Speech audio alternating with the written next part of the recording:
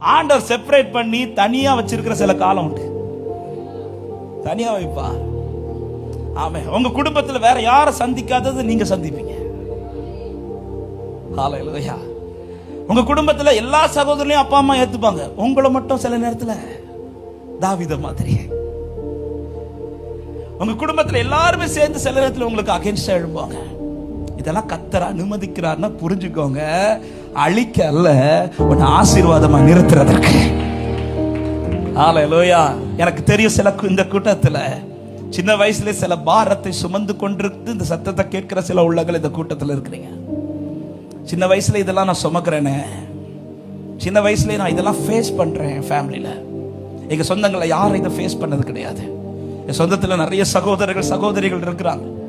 யாரும் ஃபேஸ் பண்ணாதத கர்த்தர் என்ன ஃபேஸ் பண்ண வைக்கிறார். ஆமென்.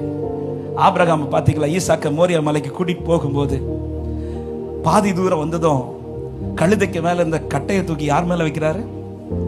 ஈசாக்கின் மேல. ஆமென். கேட்டுட்டா வச்சாரு. ஈசாக்கே நான் உனக்கு வைக்கட்டா கேட்டாரா? கேட்கல. அதுல இன்னும் ரொம்ப வேதனைப்படுத்துறது, இனி எங்க ஏற போறாங்க தெரியுமா? மலை.